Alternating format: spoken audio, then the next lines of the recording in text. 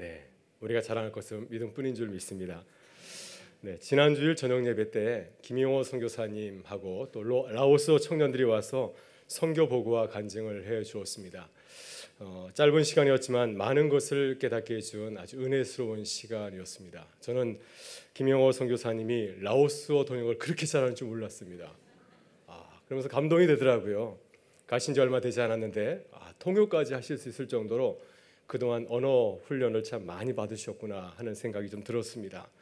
또 자유롭지 못한 그러한 공산 국가에서 열심히 청년들을 대상으로 어렵게 선교하시는 그 모습을 보면서 또 강한 도전이 되었습니다. 또 라오스에 관한 그 아름다운 영상을 같이 저희가 또 감상을 하였는데 보면서 참 아름다운 나라다 하는 생각이 좀 들었고요. 또 인사법이 이렇게 짜오이인가요? 하여튼 뭐 희한한 말을 하더라고요. 이렇게 인사를 하는데 손을 모으고 하는 것을 보니까 아마도 라오스는 불교의 영향이 굉장히 큰 나라다 하는 것을 깨닫게 되었습니다. 또 한 가지 감사한 것은 라오스 청년들이 저보다 키가 작더라고요. 그래서 저도 라오스 가면 작은 키가 아니구나 하면서 라오스를 자주 가봐야겠다 하는 생각이 들었습니다. 가면은 자존감이 좀 더 커지지 않을까 하는 생각이 좀 들었습니다. 또 지난주에 김용호 선교사님하고 그리고 또 라오스 청년들이 끝난 뒤에 감사를 참 많이 했습니다. 저희가 예배 시간에 축복성도 해드리고 또 예배가 끝난 뒤에는 같이 다과를 가지면서 작은 선물을 주었습니다. 정말 작은 선물인데 너무 감사하더라고요. 또 김용호 선교사님이 이런 얘기를 했습니다. 이 청년들은 이런 환대를 받아본 적이 없다는 겁니다. 그래서 아마 이 청년들에게 큰 도전이 되었을 거라 얘기를 했습니다. 그래서 그런 마음이 들었습니다. 선교사님 올 때마다 저희가 정말 따뜻하게 맞이해 줘야겠구나. 그래야지 그 따뜻한 온기를 받아서 또 멀리 선교지에 가서 열심히 사역하지 않을까 하는 생각이 들었습니다. 또 마지막으로 라오스 청년들이 고국 라오스를 위해서 부르는 그 찬양, 눈을 감고 아주 절실하게 부르는 큰 찬양을 보면서 제 가슴이 찔렸습니다. 진심으로 찬양하는 그 모습, 이 청년들이 정말 예수의 제자들이구나 하는 생각이 들었고요. 정말 그 김용호 선교사님의 그 기도의 제목처럼 또 조만간 이 라오스에 복음의 그러한 또 바람이 불지 않을까 하는 기대를 하고 또 기도하게 되었습니다. 우리 모두가 이 김용호 선교사님과 또 라오스 청년들 또 라오스를 위하여서 함께 기도하실 수 있기를 바랍니다. 저는 지난 주일 라오스 청년들의 간증과 찬양을 들으면서 문득 이러한 기도가 생각이 났습니다. 하나님, 우리가 저들보다 나은 게 무엇입니까? 우리가 이렇게 좋은 환경에서 주님을 예비하며 살아가는 이유가 무엇입니까? 우리가 저들보다 나아서입니까? 라는 그런 질문이 제 입에서 나왔습니다. 우리가 저들보다 나아서 더 열심히 살아서 좋은 환경에서 하나님을 예비하며 살아가는 것이 아닌 줄 믿습니다. 하나님께서 우리에게 거저 은혜를 주셨기 때문이죠. 우리가 앞선 시대에 100여 년 전에 우리 믿음의 선배들이 이 라오스 청년들과 같이 나라 민족을 위하여서 조국을 위해서 열심히 기도하였기 때문에 우리가 그 은혜를 거저 받고 있는 것은 아닌가 하는 생각이 들었습니다. 그래서 이 시간도 저희가 주님께 감사하는 마음으로 말씀을 나누고 또 하나님께 감사하며 기도로 나가는 시간 될 수 있기를 주의 이름으로 축원합니다. 지난 시간에 우리는 로마서 4장에서 이제 아브라함에 대해서 잠시 묵상을 해보았습니다. 바울 사도는 복음에 대해서 설명하면서 복음은 믿음으로 이루는 것입니다. 믿음에서 믿음으로 이루는 것입니다 하는 것을 가르쳐주면서 믿음의 조상 아브라함을 구체적인 성경의 예로 제시하고 있습니다. 지난 시간에 바울 사도가 아브라함에 대해서 증거한 내용은 무엇입니까? 아브라함은 행위로 의롭다함을 얻은 것이 아니라 오직 믿음으로 의롭다함을 받았느니라 이렇게 말씀을 하고 있습니다. 그리고 창세기 15장 6절의 말씀을 통하여서 이렇게 증거하고 있습니다. 아브라함이 하나님을 믿음에 그것이 그에게 의로 여겨진 바 되었느니라. 믿었기 때문에 그 믿음을 보시고 하나님께서 그를 의롭다 하셨다고 하는 것입니다. 오늘 사도 바울은 아브라함을 통하여서 또 다른 측면에서 복음에 대해서 설명을 하고 있습니다. 우리는 오직 믿음의 의로 말미암아 하나님의 자녀가 되었습니다. 이것이 오늘 사도 바울이 우리에게 증거하고자 하는 복음의 내용입니다. 그런데 바울 당시 많은 유대의 그리스도인들은 복음을 다르게 생각을 하였습니다. 이방인 그리스도인들도 믿음만 가지고는 부족하지 않냐 이런 생각을 했습니다. 믿음으로 구원에 이를 수 있다. 너무 심플해 보이질 않습니까? 너무 단순해 보인다고 하는 것이죠. 무언가 새로운 것이 좀 필요하다 이런 생각을 합니다.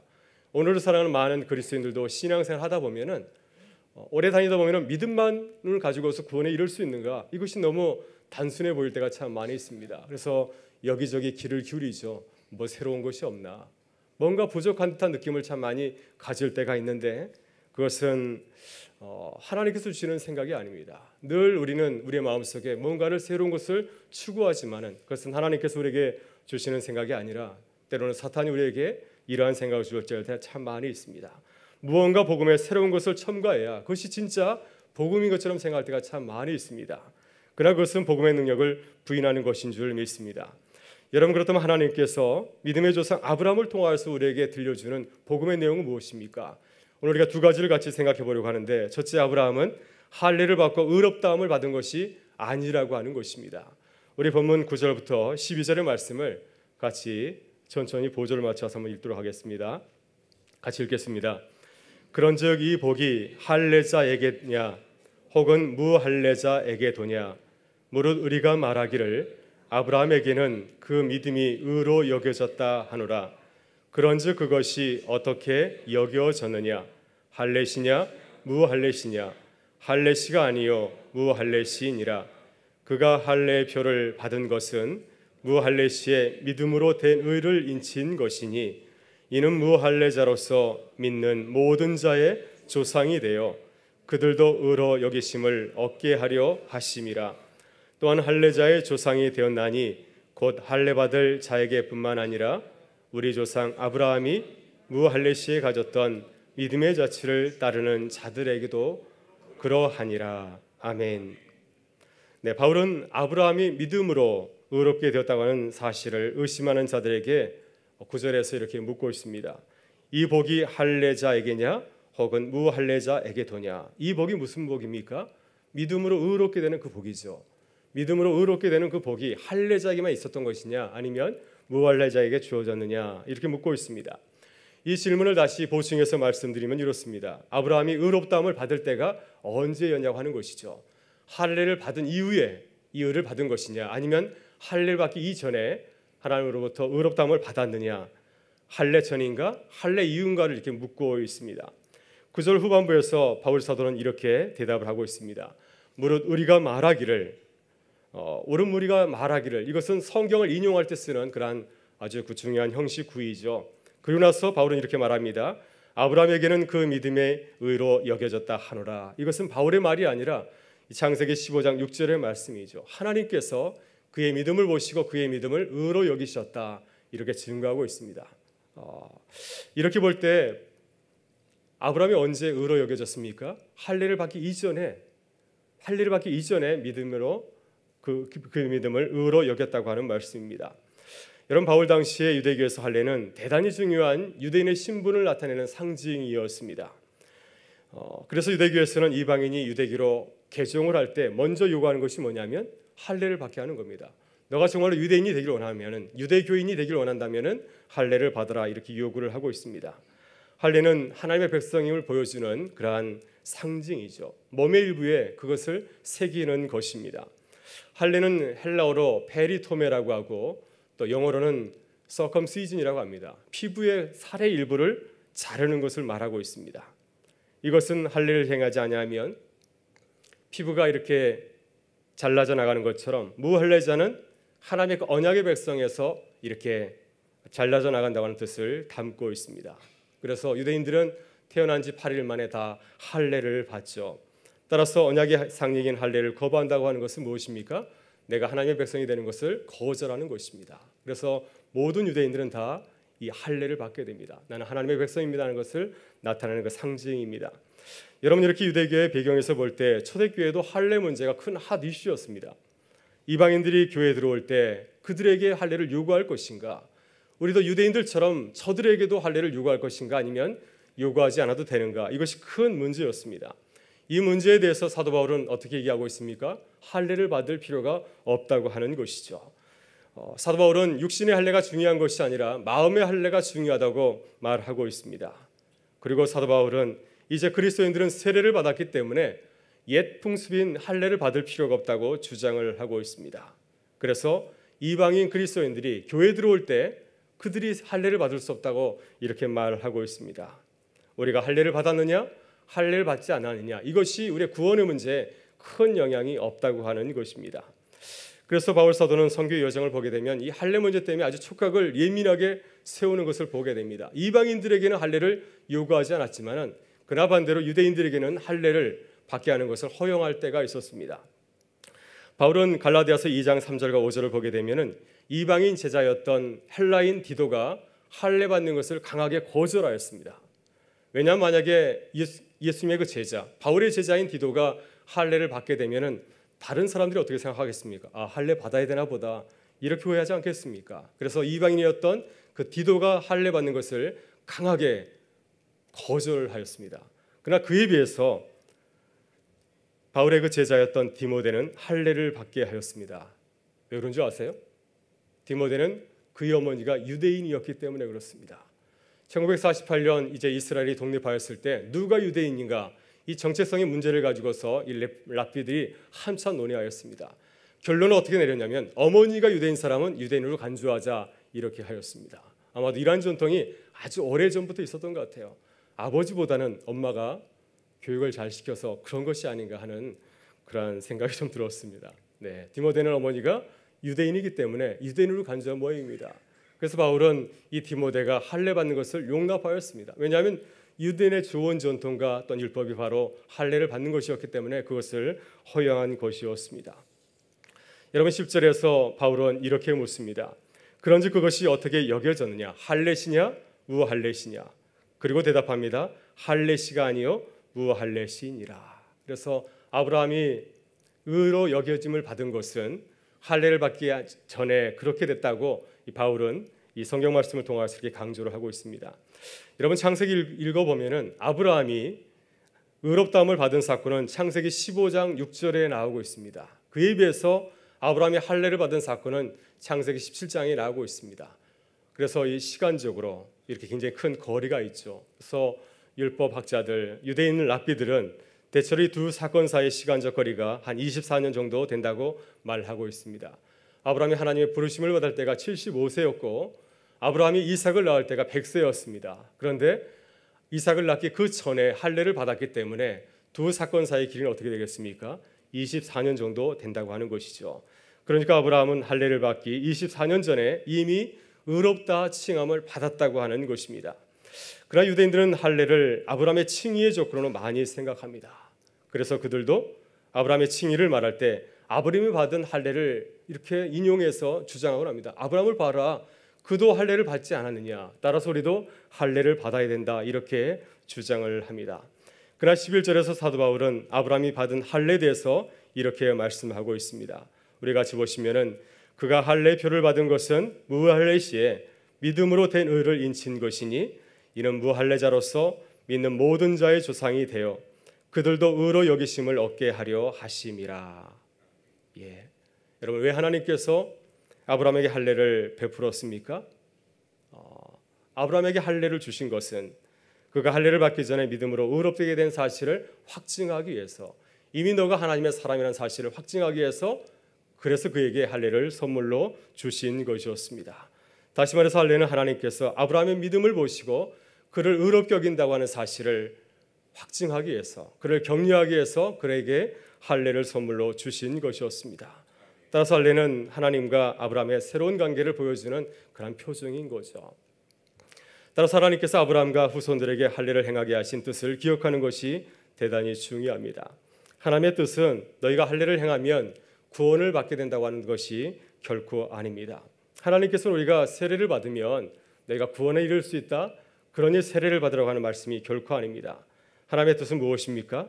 하나님은 우리들이 하나님의 뜻을 생각하면서 하나님의 백성으로 기뻐하며 거룩한 삶을 살기를 원하시는 것입니다. 할례를 통하여서 우리를 사랑하시는 하나님, 우리를 부르시는 하나님, 우리를 믿음으로 의롭게 하시는 하나님을 기억하면서 감사하라고 하는 것입니다. 여러분 사실 할례 의식이 참 간단하게 보이지만은 생사를 단련해야 되는 아주 고통스러운 의식입니다. 유대인들은 아이들이 이제 남자의 사나이가 태어나서 8일이 되게면 이제 할례를 행하였습니다. 갓난아이가 생사를 찢을 때 그 아이가 고통 가운데서 크게 울음을 터뜨리게 되죠. 왜 하나님께서는 이 할례를 고통스러운 의식으로 만들었을까요? 좀 더 간단한 의식도 참 많이 있을 터인데 왜 하나님께서 유대인들에게 하나님의 백성들에게 이러한 고통스러운 할례 의식을 행하게 하신 이유가 무엇이겠습니까? 특별히 하나님께서 아브라함이 99세의 할례를 행하였습니다. 이렇게 나이가 들어서 아브라함에게 할례를 행하시는 중요한 이유가 무엇이겠습니까? 너는 내가 100세에 내 아들 이삭을 낳게 하신 전능하신 하나님이라고 하는 것이죠. 내가 아들을 낳게 된 것은 너의 능력이 있어서 낳은 것이 아니라 내가 너를 도와주었기 때문에, 내가 평생에 걸쳐서 낳고 싶었지만 낳지 못했던 그 아들을 내가 너에게 도움을 주었기 때문에 낳게 한 전능하신 하나님이라고 하는 것입니다. 그래서 그 할례 흔적을 바라보면서 하나님을 기억하라고 하는 것이죠. 너 자신이 아들 이삭을 낳은 것이 아니라 내가 너에게 함께하였기 때문에 너가 아들 이삭을 낳았다고 하는 사실을 기억하라고 하는 것이죠. 너가 잘나서 너가 믿음의 조상이 된 것이 아니라 하나님께서 그와 함께 하셨기 때문에 그의 자손이 하늘의 별처럼 많아졌다고 하는 것입니다. 하나님이 계시기에 그가 믿음의 조상이 되었다고 하는 것입니다. 따라서 그 하나님을 기억하고 감사하면서 그의 백성으로 거룩하게 살아가라고 하는 것입니다. 이렇게 하나님께서 아브라함에게 할례를 행하신 것은 자신의 의를 자랑하라는 것이 아닙니다. 하나님을 자랑하라고 하는 것이죠. 나를 의롭게 여기신 그 하나님, 그 좋으신 하나님을 기억하면서 감사하며 나아가라고 하는 것입니다. 주님께서 우리에게 세례를 베풀게 하신 이유도 이와 같습니다. 우리가 세례의식을 받았다고 해서 구원에 이르는 것이 결코 아닙니다. 세례는 어떤 의식입니까? 하나님께서 우리가 하나님의 자녀라는 사실을 확증하고 기억하게 해주시는 통로에 불과합니다. 우리는 세례를 받을 때 믿음으로 나아갑니다. 우리가 하나님 앞에서 무엇을 자랑하겠습니까? 하나님, 저희는 죄인인데 주님께서 우리를 사랑하셔서 사람의 몸을 입으시고 십자가에서 죽기까지 않으셨습니까? 주님께서 십자가의 죽으심을 통하여서 우리의 모든 죄와 우리의 모든 죄로부터, 죽음으로부터 우리가 자유하게 된 줄 믿습니다. 우리가 비로소 주님의 그 보혈의 피로 인하여서 하나님의 자녀가 된 줄 믿습니다. 우리는 이렇게 믿음으로 고백하면서 세례의 자리로 나가게 되는 거죠. 그러면 주님께서 우리의 믿음을 보시고 우리를 하나님의 자녀로 받아주시는 것입니다. 너는 내 사랑하는 아들이다. 내가 너를 기뻐한다. 우리가 그 믿음을 가지고 나갈 때 주님께서는 우리를 하나님의 자녀로 맞아주시는 줄 믿습니다. 그래서 세례는 우리의 의를 자랑하는 것이 아니라 우리의 믿음을 하나님께서 보시고 의롭다고 확증해 주는 거룩한 의식이라고 할 수가 있습니다. 이렇게 볼 때 아브라함이 의롭다함을 받은 것은 할례 때문이 아니죠. 하나님께서 그의 믿음을 보시고 그를 의롭다 여기셨기 때문에 그가 하나님의 사람으로, 믿음의 조상으로 거듭나게 된 줄 믿습니다. 그래서 하나님은 아브라함을 통하여서 할례를 받은 유대인도 하나님의 자녀가 되게 하시고 할례를 받지 않은 이방인도 주님의 그 백성이 되게 하였습니다. 따라서 우리는 아브라함을 통하여서 할례자나 모헬자를 믿음으로 부르시는 하나님의 그 기쁘신 뜻을 생각하며 감사할 수 있습니다. 여러분, 둘째, 아브라함은 율법을 행하여서 하나님의 약속을 받은 것이 결코 아닙니다. 오늘 본문 13절부터 16절의 말씀을 다시 한번 읽어보도록 하겠습니다. 같이 읽겠습니다.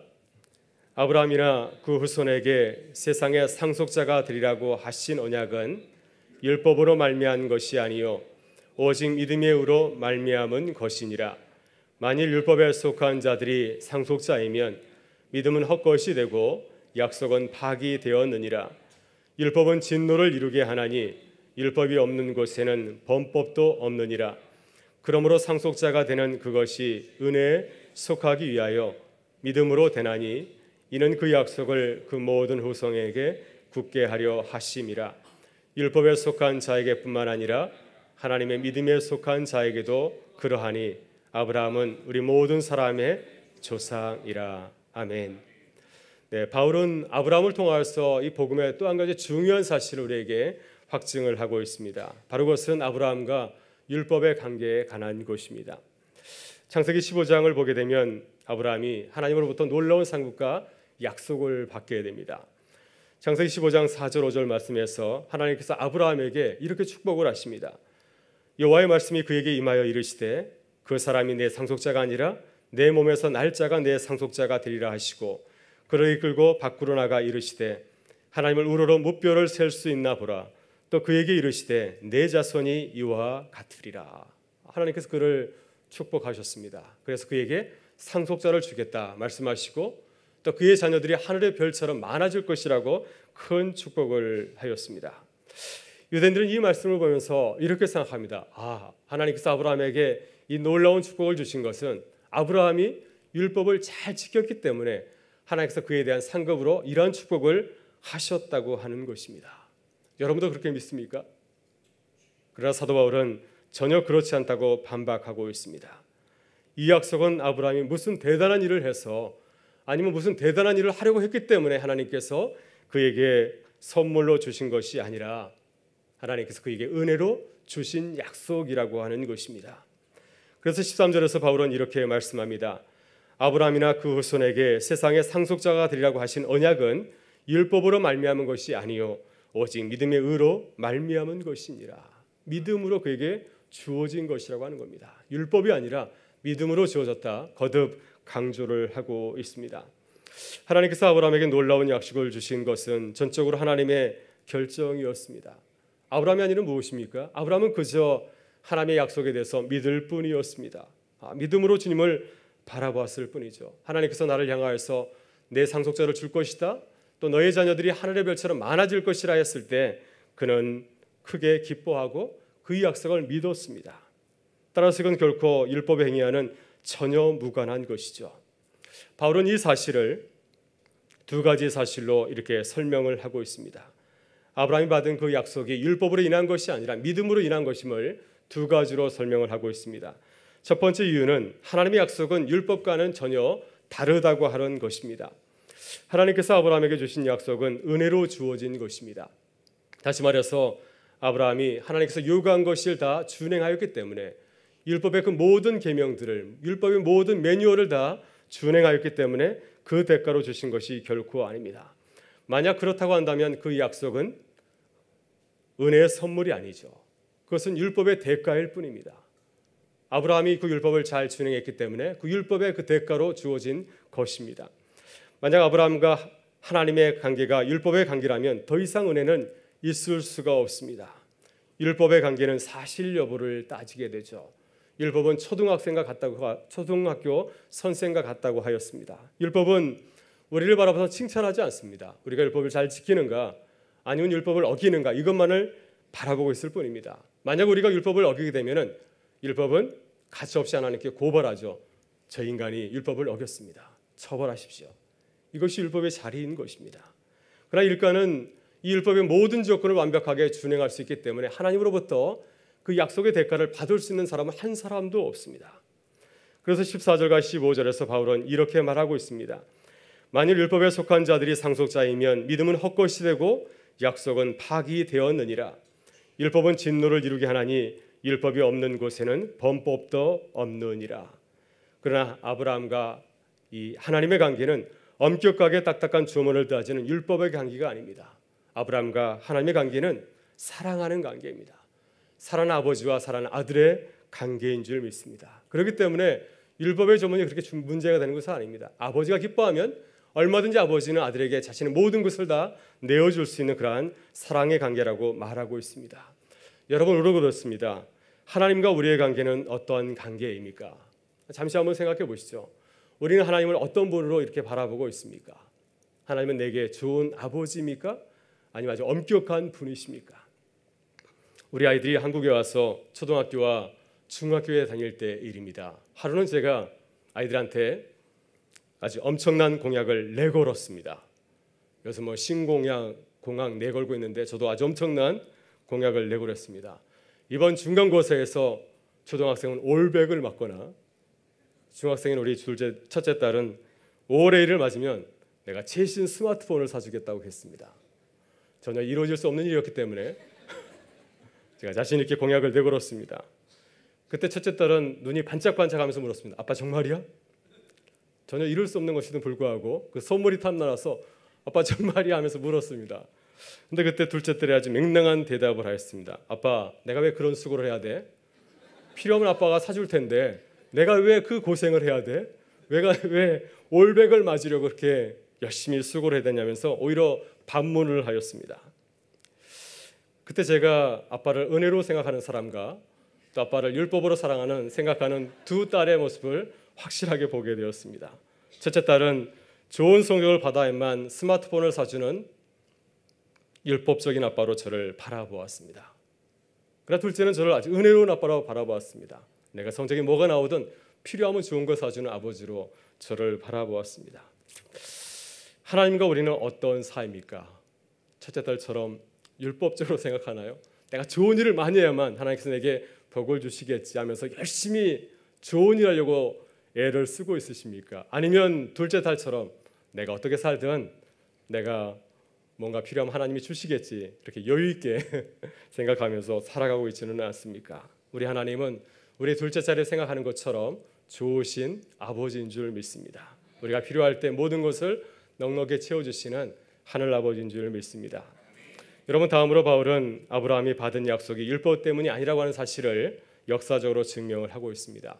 갈라디아서 3장 15절부터 18절에서 바울은 아브라함이 그 율법을 받은 그때가 모세가 시내산에서 하나님의 율법을 받기 430년 전이라고 말하고 있습니다. 따라서 아브라함은 율법에 대해서 전혀 모르죠. 율법 시대에 태어난 것이 아니라 율법이 없던 때에 태어났습니다. 그래서 율법을 잘 몰라요. 율법의 율자도 모르는 그러한 사람입니다. 율법의 세대가 아니라 율법 이전의 세대입니다. 그렇기 때문에 그는 하나님의 은혜로 거저 은혜로 약속을 받은 것이라고 바울은 얘기를 하고 있습니다. 하나님께서 아브라함에게 장차 너와 너희 자손이 하늘의 물결과 같이 큰 민족을 이룰 것이라고 하는 약속을 주신 것은 오직 한 가지였습니다. 아브라함이 전능하신 하나님의 약속을 믿고 그분의 말씀대로 신뢰하며 살아갔기 때문이죠. 하나님을 믿었기 때문에 그에게 선물로 거저 주신 것이었습니다. 하나님께서 아브라함을 모세의 율법을 주시기 전에 부르셔서 그의 자손이 하늘의 별처럼 많을 것이라는 약속을 주신 것은 모든 믿는 사람들의 조상이 되려고 하시려고 그렇게 섭리하신 줄 믿습니다. 누구든지 아브라함처럼 하나님의 약속을 믿고 따르기만 하면은 모두가 다 주님의 자녀가 될 수 있다고 하는 말씀입니다. 따라서 우리는 아브라함을 바라보면서 꿈과 소망을 갖게 됩니다. 우리의 모습이 어떠하든지 간에 우리도 아브라함과 같은 믿음을 가지고 나아갈 때 주님께서 우리를 당신의 자녀로 받아주시고 또 우리에게 놀라운 복으로 채워주시리라 믿습니다. 그래서 바울은 16절에서 이렇게 고백을 하고 있습니다. 그러므로 상속자가 되는 그것이 은혜에 속하기 위하여 믿음으로 되나니 이는 그 약속을 그 모든 후손에게 굳게 하려 하심이라. 율법에 속한 자에게뿐만 아니라 아브라함의 믿음에 속한 자에게도 그러하니 아브라함은 우리 모든 사람의 조상이라. 아멘. 이제 말씀을 마치고자 합니다. 우리는 때때로 살아가면서 유대인들처럼 아브라함 컴플렉스를 가질 때가 있습니다. 아브라함이 하나님의 사랑을 받은 것, 그가 믿음의 조상이 된 것은 뭔가 다른 사람보다 뛰어나서 그런 것이 아닌가 하면서 우리의 모습을 돌아보죠. 우리는 그렇지 못하기 때문에 아브라함처럼 믿음의 사람이 될 수 없을 거야 이렇게 자주할 때가 참 많이 있습니다. 우리들도 자녀들에게 그렇게 말하고 하진 않습니까? 너 이번 시험에서 시험 잘 나오면 내가 근사한 거 사줄게. 그러나 좋은 성적 나오지 않으면 국물도 없어. 이렇게 말하지 않습니까? 하나님도 우리에게 이렇게 대한다고 생각하지는 않습니까? 그러나 오늘 주님께서는 아브라함을 통해서 이렇게 말씀하고 계십니다. 아브라함은 믿음이 작고 연약할 때 하나님께서 그를 부르셨습니다. 그리고 그를 부르셔서 그를 나무란 것이 아니라 그를 격려하시고 그에게 할례를 베푸셨습니다. 너는 지금부터 열국의 아비다 하면서 그를 축복하셨습니다. 그리고 아브라함에게 놀라운 비전을 보여주시고 그 약속을 선물로 주셨습니다. 오늘 주님께서도 우리에게 다가오셔서 말씀하십니다. 주님은 우리의 행위를 보지 아니하시고 우리의 작은 믿음을 보시고 기뻐하십니다. 우리가 주님을 바라보면서 주님을 신뢰하면서 따라가면 주님은 크게 기뻐하시고 우리의 발걸음을 이끌어 주실 것이라고 말씀하고 있습니다. 오늘 밤 우리들이 아브라함처럼 하나님을 신뢰하는 그 믿음을 회복하는 밤이 될 수 있기를 바랍니다. 그래서 주님의 인도하심을 바라보면서 우리가 세상으로 인해서 기뻐하는 것이 아니라 내가 남들보다 나은 모습을 갖고 있어 하나님 앞에 자랑스럽게 나가는 것이 아니라 하나님을 위해서 기뻐하고 즐거워하는 하나님의 백성으로 거듭날 수 있기를 주의 이름으로 축원합니다. 우리 함께 기도하시겠습니다. 참 좋으신 우리 아버지 하나님, 우리를 불러주셔서 주님의 자녀 삼아주시고 우리의 발걸음을 인도하시는 주님의 크고 놀라우신 은혜에 감사를 드립니다. 주님은 우리의 믿음만을 보시고 우리를 자녀 삼아주셨는데 저희는 하나님을 신뢰하지 못하고 주님을 불편하고 어렵게 대할 때가 참 많았습니다. 우리 주님처럼 아버지 하나님을 기뻐하고 즐거워하는 자녀들이 되게 하여 주셔서 우리를 향하신 하나님의 비전을 바라보면서 감사하는 자녀들로 거듭나게